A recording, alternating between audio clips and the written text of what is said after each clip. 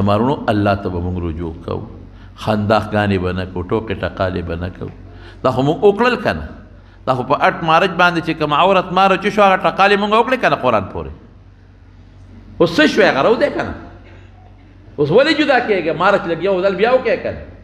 سرونه بربند، مری بربندې، په دنیا کې دا لوبې وشوې، د خدای کتاب قرآن پردې پورې خنداګانې وشوې، د نکاح پورې خنداګانې وشوې، اسلام پورې خنداګانې وشوې، مولا پورې خنداګانې وشوې، خاون پورې خنداګانې وشوې. اوس بیا راټینګېږه څه شو چې هغه وایي چې میرا جسم میری مرضی؟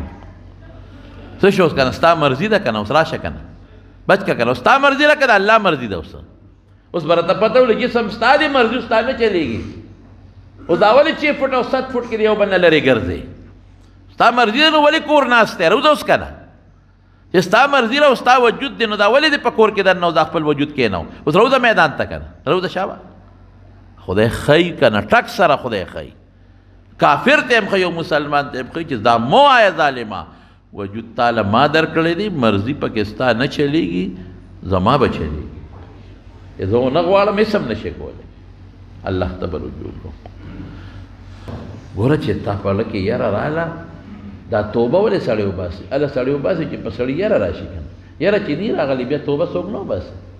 زړه کې یره راوله چې دا دومره لوی تکلیف دی که دا زما کور ته رادننه شو څه به کېږي؟ دی کې ګورې دام نشته.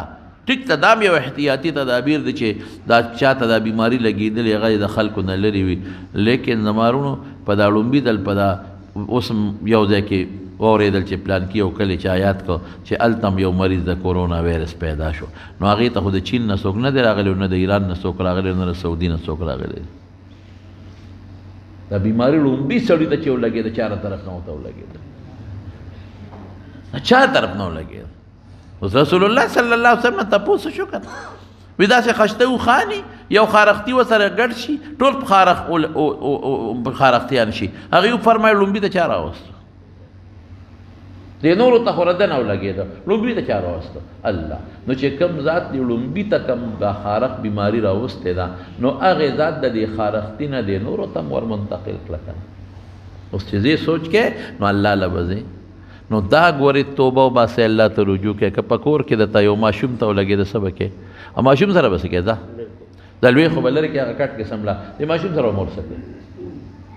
یو بچي ته ولګېدله په یو ماشوم ته هغه سره څه کوې؟ ایسولیشن خو به ته دغه له به وکړې، ځان له به کوې.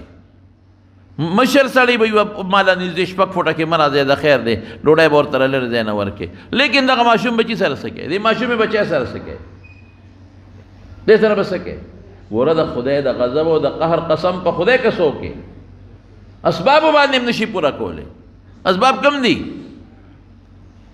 اسبابو باندې نشي راټینګولی. بیا چې خدای وغواړي بس الله به ختم کړي، چې ونه غواړي نه ختمېږي.